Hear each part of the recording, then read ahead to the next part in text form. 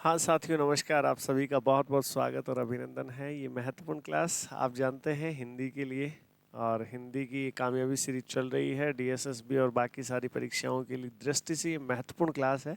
आप सब इससे जुड़ें और इसको देखें, अपने साथियों तक भी इसे शेयर कीजिएगा क्योंकि बहुत इंपॉर्टेंट क्लास है। साथियों कैसे हैं आप? बहुत अच्छे होंगे, उम्मीद कर रहा हूँ। घर वालों की उम्मीदों पर खरा उतरने की कोशिश कर रहे होंगे और आप लगे हुए होंगे अपने टारगेट को अचीव करने में। चलिए, मैं हूं आपका दोस्त वाईडी और आपके लिए प्रारंभ करता हूं आज की कक्षा को। तो साथियों चलते हैं, बात करते हैं एक एक सवाल पर, क्योंकि हम आप जानते हैं सवालों की पूरी श्रृंखला है और इस पर हम एक एक सवाल पर हर विकल्प पर बात करते हैं। चलिए, आप सबका प्यार और इसने मिल रहा है, बहुत अच्छा लग रहा है, बहुत प्यारा लग रहा है। आज की कक्षा का पहला सवाल आपकी स्क्रीन पर लाता हूं, आपका इंतज़ार है। लाइक शेयर सब्सक्राइब जरूर कर दें क्लास को, क्योंकि इससे हमें मोटिवेशन मिलता है और आपको नई नई क्लासें प्रोवाइड कराने की शक्ति मिलती है। इसलिए आप इसे शेयर जरूर कर दें, सब्सक्राइब कर लें, नए चैनल पर है तो धन्यवाद। चलिए, आज की कक्षा का पहला सवाल आपकी स्क्रीन पर देखिएगा, बहुत प्यारा सवाल है। दान बहादुर तत्काल कविता कर डालता है, कर डालता नहीं यहाँ पर, तो लिख डालता होना चाहिए था यहाँ पर, लेकिन आजकल देखो सवालों की जो गणित है वो किस तरह की आ रही है वो मुझे भी नहीं पता है, लेकिन यहाँ पे लिखना होता है, कविता करी थोड़ी जाती है, कविता लिखी जाती है, ध्यान रखना। फिर भी ठीक है, कर डालता है। रेखांकित है, यहाँ से लेकर यहाँ तक का जो पूरा का पूरा वाक्यांश है ये रेखांकित है।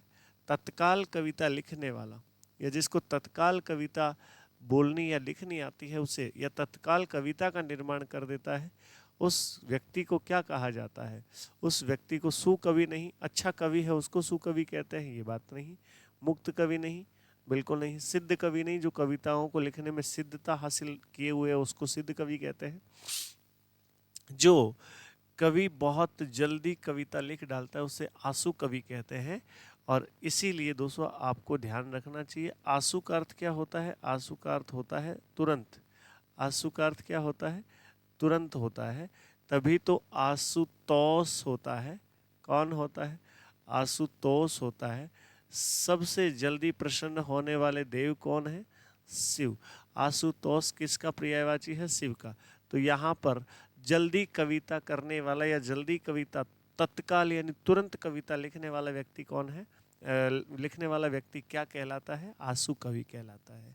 Right answer? ओके। तो इसका सही आंसर ऑप्शन 4, ऑप्शन 4 सही विकल्प है। ओके दोस्तों, आपको समझ में आ रही है बात, हाँ कि ना? आ रही होगी। चले आगे बढ़े, अगला सवाल ये रहा आपकी स्क्रीन पर, देखिए बहुत बेहतरीन सवाल है। हिंदी के अनेक शब्दों की वर्तनी का मानक रूप, देखो मानक रूप किसे कहते हैं मैं आपको बताता हूँ। मानक रूप किसे कहते हैं? एक तो विद्यालय ऐसे लिखा जाता है, विद्यालय ऐसे लिखा जाता है, बिल्कुल ठीक बात है। ये पहले मानक रूप हुआ करता था हिंदी में, शब्दकोश के अनुसार मानक रूप।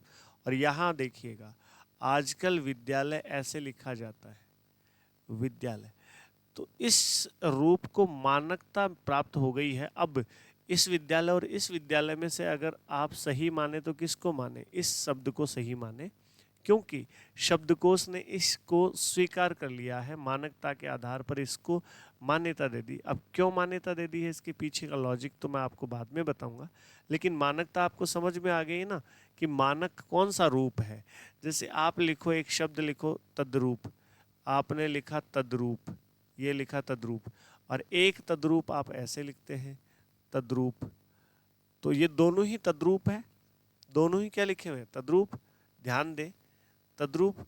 लेकिन जो है आपका, इनमें से मानक कौन है? ये मानक है या ये मानक है? जैसे आप लिखते हैं द्वंद्व, द्वंद्व एक तो ऐसे लिखते हैं, एक द्वंद्व ऐसे भी लिखते हैं, द्वंद्व ऐसे लिखते हैं। इनमें से मानक कौन है? तो ये मानकता वाली बात आती है। तद्रूप ये वाला मानक रूप है, द्वंद्व ये वाला मानक रूप है, और विद्यालय में ये वाला मानक रूप है। हालांकि हैं दोनों ही शब्द सही अपने आप में। तो मानक रूप क्या होता है? स्थित नहीं। हिंदी के अनेक शब्दों की वर्तनी का मानक रूप स्थित नहीं होता। स्थित तो मतलब रखा हुआ होता है, विश्वसनीय नहीं भैया। विश्वसनीय और अविश्वसनीय की बात ही नहीं है, स्थिर नहीं होते। शाश्वत मानक रूप, शाश्वत मानक रूप जो है वो शाश्वत होते हैं, हमेशा होते हैं। ध्यान रखिएगा, इस बात का अर्थ आपको पता होना चाहिए। ठीक है, क्लियर है साथियों? ध्यान रखना। मानक रूप, अच्छा, यहाँ पर थोड़ा सा सोचने की जरूरत है। मानक रूप शाश्वत नहीं बताएंगे आप बताएंगे दोस्तों विश्वसनीय। मानक रूप जो है वो विश्वसनीय होता है, ध्यान दीजिएगा इस बात पर।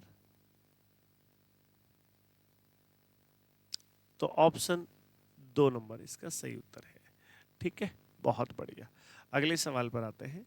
कहते हैं आदमी अपने अपनों से ही धोखा खाता है। वाक्य के रेखांकित अंश को उचित लोकोक्ति से प्रतिस्थापित कीजिए। लोकोक्ति और मुहावरे में आप अंतर जानते हैं? बिल्कुल जानते होंगे। कहते हैं आदमी, देखिए रेखांकित कहाँ से है, आदमी अपनों से ही धोखा खाता है। आपको ध्यान रखना चाहिए इसका सही उत्तर क्या है। दाग लगाए लंगोटिया, यार दाग लगाए नहीं, ये नहीं है। दाम लगाए लंगोटिया, यार ये बिल्कुल है, ये सही है। दो लड़े और तीसरा फायदा उठाए, तीसरा फायदा ले, दो लड़े तीसरा ले उड़े, इसका तो मतलब ये हुआ बिल्ली वाली रोटी। किसकी? बिल्ली वाली रोटी। आपने वो कहानी सुनी होगी, दो बिल्लियों के बीच में लड़ाई हो जाती है एक रोटी को लेकर के, कि इसका बराबर हिस्सा किया जाए, और वो उस रोटी का बराबर भाग करवाने के लिए बंदर के पास ले जाते हैं। किसके पास? बंदर के पास ले जाती है। बंदर फायदा उठा लेता है, ज़्यादा उसमें रखा है तो उसमें से ज़्यादा तोड़ के खा जाता है, उसमें दूसरी में ज़्यादा वेट हो जाता है, दूसरे में से तोड़ के खा। ये कहानी है, तो ये ध्यान रखना है आपको। दो मुल्लों में मुर्गी हलाल, यानी आपको ध्यान रखना है दो के बीच में एक फंसे होना, ये भी नहीं है। इसका सही आंसर जो है आपका वो ऑप्शन 2 इज करेक्ट आंसर। प्रसार का अर्थ क्या है? बड़े सीधे सीधे सवाल आते हैं। विनाश, नष्ट होना, ये तो नष्ट होना होता है। विनाश का मतलब पतन, धीरे धीरे गिरना होता है, गिरना, उसको पतन कहते हैं। संकुचन, संकुचन प्रसार का विलोम शब्द है। क्या है? विलोम शब्द है। पूछा क्या है? पूछा है ना, पूछा फैलाव है। जो प्रसार है, प्रसार का जो अर्थ होता है वो फैलना होता है ना? क्या होता है? फैलना होता है। आप इसको विस्तार के नाम से भी जान सकते हैं। यस और नो? यस, बहुत बढ़िया। चलिए, इसका सही आंसर क्या हुआ? इसका सही आंसर ऑप्शन 4। अगला, पदक्रम की दृष्टि से कौन सा वाक्य शुद्ध है? देखो, पदक्रम की दृष्टि से कहाँ सवाल नहीं आया अब तक, मुझे बता दो। जितने मैंने क्लासें करी हैं यहाँ पर, उनमें से कौन सी क्लास है जहाँ पर पदक्रम वाला सवाल नहीं आया है? आता है, इसको आप थोड़ा सा ध्यान दे लें तो बड़ा ठीक रहेगा। पक्षी धीरे धीरे उड़ते हैं, ये धीरे धीरे जो है ये क्या है भैया? ये व्याकरणिक दृष्टि से क्या है? व्याकरणिक दृष्टि से क्या है? इसका आंसर आपको करना है। व्याकरणिक दृष्टि से क्या है ये धीरे धीरे, ध्यान रखना, क्रिया विशेषण है। क्रिया विशेषण है। और क्रिया विशेषण किसे कहते हैं? जो क्रिया की विशेषता बतलाता है। देखो, उड़ने की विशेषता बताई जा रही है धीरे धीरे शब्द से, ना ध्यान दे। उड़ता कैसे है? धीरे धीरे उड़ता है। तो पहले तो इसको पदक्रम की दृष्टि से देखिएगा। पक्षी करता है, बिल्कुल ठीक है, option A is correct answer. पक्षी उड़ता है धीरे धीरे? नहीं भाई, धीरे धीरे उड़ता है पक्षी नहीं। लास्ट में आप किसको रख रहे हो? लास्ट में आप कर्ता को रख रहे हो। और धीरे धीरे पक्षी उड़ता, देखो पहले आना चाहिए भैया जो है क्रिया विशेषण, बाद में क्रिया आनी चाहिए, और सबसे पहले आना चाहिए कर्ता। तो option A is correct answer. Okay okay, बढ़िया। विलोम की दृष्टि से कौन सा युग्म सुमेलित नहीं है? विलोम शब्द की दृष्टि से कौन सा पद है वो सुमेलित नहीं है? 4 विकल्प आपके सामने हैं। नूतन का पुरातन होता है क्या? बिल्कुल होता है। नवीन, प्राचीन, एक ही तो बात है। नूतन, पुरातन। वाम, वाम का उल्टा तो भैया, वाम का उल्टा तो दक्षिण होता है, उत्तर थोड़ी होता है। तो इसने क्या पूछा है? सुमेलित नहीं है पूछा है ना, बिल्कुल। तो ऑप्शन 2 यही नहीं है। दिवारात्रि बिल्कुल ठीक है ना? और देव और दानव ये भी ठीक है। तो ऑप्शन 2 इसके लिए सही उत्तर बनेगा आपका। ओके, विलोम शब्द की दृष्टि से या विलोम की दृष्टि से कौन सा युग्म सुमेलित नहीं है? ऑप्शन 2 करेक्ट आंसर वाम। वाम का उल्टा क्या होता है? दक्षिण। तो यहाँ पर वाम का उल्टा क्या दे रखा है? उत्तर।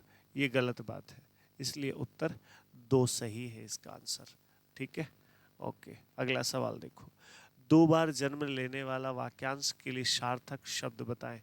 देखो, वाक्यांश के लिए एक शब्द वाला ये सवाल है आपका। जिसका 2 बार जन्म होता है वो कौन कौन होते हैं मैं बता देता हूँ। एक तो होता है आपका ब्राह्मण। ब्राह्मण को 2 बार जन्म लेने वाला माना गया है। एक आपका होता है कबूतर। क्या होता है? कबूतर को 2 बार जन्म लेने वाला माना गया है। एक आपका होता है हाथी। एक क्या होता है? हाथी। इसको भी 2 बार जन्म लेने वाला माना गया है। तो ये सब के सब 2 बार जन्म लेने वाले हैं। और जो 2 बार जन्म लेता है उसको बोलते हैं द्विज। द्विज का मतलब हुआ 2 बार जय। जय का मतलब जन्म लेने वाला। द्वैत नहीं, द्वैदी नहीं। द्वैदी 2 वेदों का ज्ञाता द्वैदी होता है, ये नहीं है। द्वैत नहीं है, 2 जो मत है उनको मानने वाला। द्विज बिल्कुल ठीक उत्तर है इसका। अद्वैत नहीं हो सकता है। ठीक है, ये बात आपको ध्यान रखनी है। इसका सही आंसर क्या बना? Option 3 correct answer. ओके, बहुत बढ़िया। समझ आ रही है बात? आ रही होगी। चलिए, परिमित किसका पर्याय है? याद रखना, परिमित का विलोम शब्द होता है अपरिमित। अपरिमित और या असीमित, तो ये तो उल्टा हो जाता। लेकिन इसका पर्यायवाची पूछा है तो सीमित सही है इसका। कल्पित, कल्पित नहीं है। कल्पना जो कि जिसकी कल्पना की जाती है वो कल्पित होता है। अनिश्चित बिल्कुल नहीं है। इसका उत्तर जो बनेगा आपका option A is correct answer. ठीक है, परिमित किसका पर्याय है? किसका पर्याय बताएंगे? सीमित का पर्यायवाची परिमित। इसको आप संकुचित भी कह सकते हैं। क्या कह सकते हैं? संकुचन, संकुचन या सीमांत या सीमा कह सकते हैं। ठीक है, ये बात आपको ध्यान रखना है।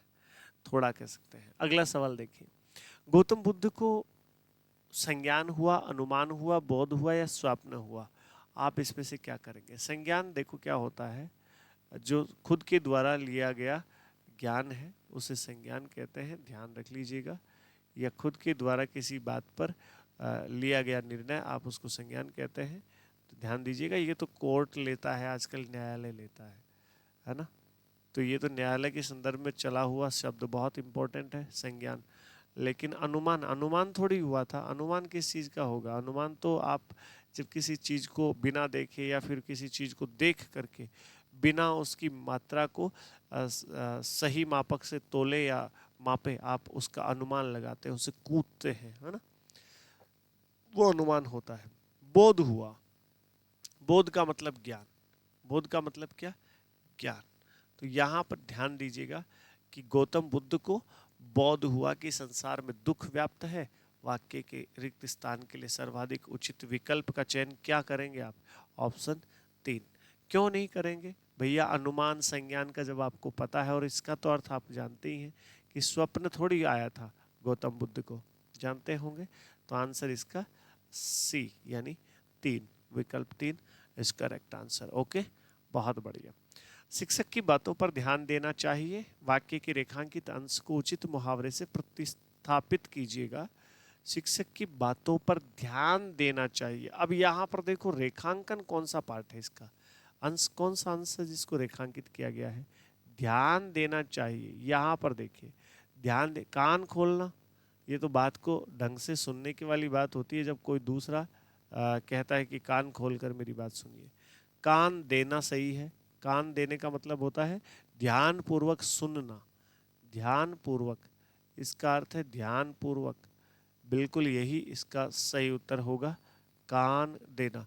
कान में तेल डालना नहीं, बात अनसुनी कर देना। कान खड़े होना, चौकन्ना रहना। क्या? चौकन्ना होना, ये कान खड़े होना होता है। ठीक है, तो बात ध्यान रखना। या सतर्क होना, इसको आप सतर्क भी बोल सकते हैं, सतर्क होना। ठीक है, तो ये आपको ध्यान रखना चाहिए। ओके, उल्लू दिवस में कहीं छिपा रहता है। दिवस यहाँ पर देखिएगा, रेखांकित किया गया है। उल्लू दिवस में कहीं छिपा रहता है। वाक्य के रेखांकित शब्द को उचित विकल्प से प्रतिस्थापित कीजिएगा। कर देंगे भैया, उचित विकल्प भी ढूंढ लेंगे हम। प्रभात में, प्रभात का मतलब तो होता है सुबह। क्या होता है? सुबह। उल्लू सुबह में कहीं छिपा रहता है? नहीं। ये दिवस, दिवस का आपको विलोम ढूंढना है, सीधी बात है। दोपहर, दोपहर तो एक पहर है, अपने आप में क्या है? पहर है, पूरे दिन का एक पहर है। और दिवस का मतलब दिन, दिन में कहीं छिपा रहता है। Option 3 is correct answer. रात में तो छिपता ही नहीं है उल्लू, और दिवस का विलोम शब्द है रात। तो दिवस का विलोम शब्द क्या है? रात्रि है। क्या है? रात्रि, याद रखना। और दिन का विलोम शब्द क्या है? रात। ये बात ध्यान रखना, ठीक है। जिस हिसाब से आपको शब्द दिया हुआ रहता है, उसका विलोम शब्द आप उसी में बताएं। आप तत्सम में दिया गया है तो तत्सम में उसका आंसर बताना है, और तद्भव में दिया हुआ है तो तद्भव में उसका आंसर करना होगा आपको, ठीक है। बहुत बढ़िया। जो पृथ्वी से संबद्ध हो, वाक्यांश के लिए सार्थक शब्द। ये देखो, ये कितना बढ़िया सवाल आ रहा है, लगातार आ रहा है। ध्यान रखना, वाक्यांश वाला पृथ्वी से संबद्ध होता है उसे अपार्थिव नहीं कहते हैं। अ का मतलब नहीं होता है। जो पृथ्वी से संबंध नहीं रखता हो उसे अपार्थिव कहते हैं, ध्यान रखना। तो ये तो नहीं हो सकता। क्लियर है? पार्थिव बिल्कुल ठीक है, जिसका पृथ्वी से संबंध है उसे पार्थिव कहते हैं। और देखो इधर, वसुंधरा, वसुंधरा पृथ्वी का क्या है? पर्यायवाची है। पृथ्वी का पर्यायवाची है। इसको धरा भी कहते हैं, है ना, वसुंधरा भी कहते हैं, पृथ्वी भी कहते हैं, ध्यान रखना। पार्थ, पार्थ नहीं है। पृथु में अ प्रत्यय लगा है, पृथु, पृथु में अ प्रत्यय लगा है, तो शब्द बना है पार्थ, है ना। ध्यान रख लीजिएगा। तो पार्थ इसका आंसर नहीं है, पार्थिव सही है। जिसका संबंध पृथ्वी से हो उसे पार्थिव कहते हैं, ठीक है। ओके। पीछे पड़ने के अर्थ में किस मुहावरे का प्रयोग होता है? किस, पीछे पड़ने के अर्थ में किस मुहावरे का प्रयोग होता है? सिर पर सवार होना? नहीं। सिर पीटना, सिर चढ़ाना, बिल्कुल ठीक है। ये पीछे पड़ गया है। सिर पर सवार होना, सिर पर सवार होना, हाँ, इस सिर पर सवार होना, इसका उत्तर जो है आपका option A is correct answer. सिर पीटना, दुखी होना, परेशान होना। सिर चढ़ाना, लाड करना। सिर उठाना, किसी के सामने बोलना, उसको सिर उठाना कहते हैं। ध्यान रख लीजिएगा इस बात को। तो इसका सही उत्तर क्या बनेगा? ऑप्शन ए करेक्ट आंसर, सिर पर सवार होना, ठीक है। पीछे पड़ने के अर्थ में किस मुहावरे का सही प्रयोग होगा? मुहावरे और लोकोक्ति में अंतर आप जानते होंगे। मुहावरा मतलब जिसके लास्ट में होना होता है, जैसे 9-11 होना, आँख का तारा होना। ये जो होना शब्द है, ये मुहावरे के लिए आपके लिए कीवर्ड का काम करेगा। आप ध्यान दें, लोकोक्ति और मुहावरे में थोड़ा बहुत अंतर होता है। सिर पर सवार होना, ये मुहावरा ठीक है, इसके लिए बिल्कुल करेक्ट आंसर है, ठीक है। ये तीनों ही इसके सही विकल्प नहीं है। तो आपका सही उत्तर बन गया ऑप्शन ए, करेक्ट। अगला सवाल देखिए।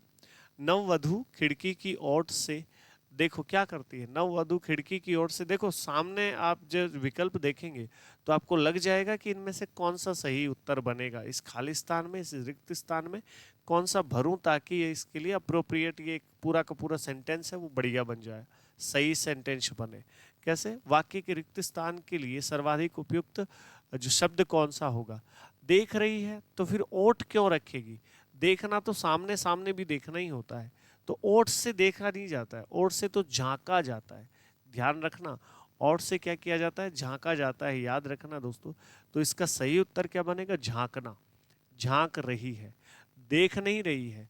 खिड़की की ओट से, ओट से तो अगर ओट ही कर रही है तो फिर देखेगी क्यों? वो तो झांक रही है, थोड़ा सा देखने के बाद में वापस बंद कर ले रही है ना। तो समझें आप इस बात को, झांकना कहते हैं उसे। ताकना किसे कहते हैं? टकटकी लगाकर देखना, ताकना उसे कहते हैं। घूरना, थोड़ा सा अलग अंदाज में देखने की प्रक्रिया को घूरना कहते हैं, आप जानते हो।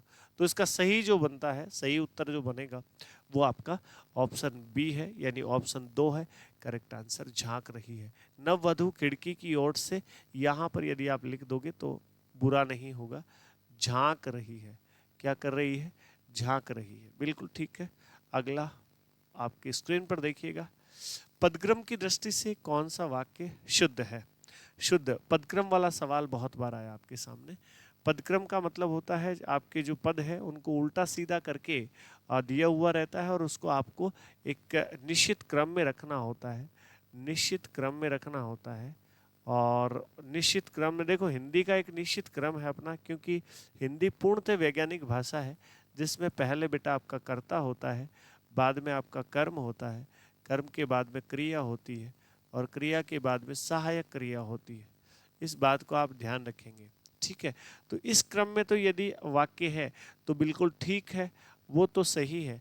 लेकिन जब क्रम बदल दिया जाता है, कर्म को पहले, कर्ता को बाद में, क्रिया को पहले, कर्म कर्ता को बाद में, इस तरह से रख दिया जाता है, तो फिर समझ लीजिएगा कि वो क्या हो गया है, कर्म बदल गया है या पदक्रम का जो है दोष आ गया है उस वाक्य में।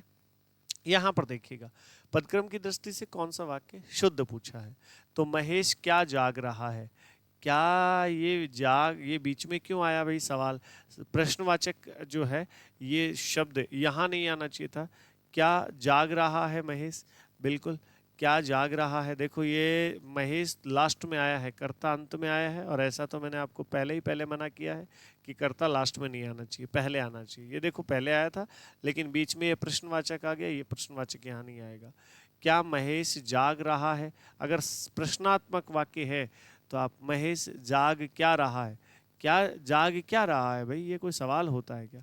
अगर वाक्य प्रश्नवाचक है, सामने देखिएगा प्रश्नवाचक चिन्ह लग रहा है तो प्रश्नवाचक है, तो आप क्या, कब, कहाँ, यहाँ से वाक्य की शुरुआत कर सकते हैं। तो यहाँ से वाक्य की शुरुआत हो रही है, किस में हो रही है? और विकल्प 3 में हो रही है, क्या महेश जाग रहा है। यह प्रश्नात्मक भाषा है। आपको बता दूं दोस्तों कि अर्थ की दृष्टि से जो वाक्य होते हैं, अर्थ की दृष्टि से वाक्य के 8 भेद होते हैं। वाक्य के कितने भेद होते हैं? 8 भेद होते हैं। सामान्य वाक्य होता है, नकारात्मक वाक्य होता है, प्रश्नात्मक वाक्य होता है ना। इस प्रकार से 8 प्रकार के वाक्य होते हैं। किसकी दृष्टि से? जो है आपका अर्थ की दृष्टि से। और संरचना की दृष्टि से वाक्य के 3 प्रकार होते हैं, सरल, संयुक्त और मिश्र वाक्य। ये आप जानते हैं, एक होता है सरल वाक्य, एक होता है संयुक्त वाक्य। कौन सा होता है? संयुक्त वाक्य। और एक होता है आपका मिश्र या मिश्रित वाक्य। इस बात को ध्यान में रखेंगे। ये संरचना की दृष्टि से वाक्य के भेद होते हैं। क्लियर है? चलिए, तो आज की कक्षा में हमने जितना सीखा, जितना पढ़ा, उतना एक बार मुझे बता दीजिएगा कि किस अंदाज में आपको पढ़ना चाहिए और किस अंदाज में आप पढ़ रहे हैं। क्या जो चल रही है क्लासें बहुत अच्छी चल रही है? और यदि चल रही हैं तो फिर शेयर क्यों नहीं करते हो क्लास को? इतने कम मात्रा में क्यों आप देखते हो क्लास को? बहुत ज़्यादा बड़े लेवल पर इसे शेयर कीजिएगा, सब अपने अपने स्टेटस पर लगाइएगा। चलिए, आज की कक्षा को हम यहीं विराम देते हैं। आप सब लोग देखें, क्लास को ज़्यादा से ज़्यादा विद्यार्थियों तक, ज़्यादा से ज़्यादा दोस्तों तक शेयर ज़रूर कर दिया करें। क्लास कैसी लगी कमेंट बॉक्स में लिख करके ज़रूर बताएंगे। आज की कक्षा में यहीं तक रखेंगे। आने वाली क्लास में आपसे फिर बातचीत होगी, मुलाकात होगी। तब तक के लिए इजाज़त दीजिए। नमस्कार।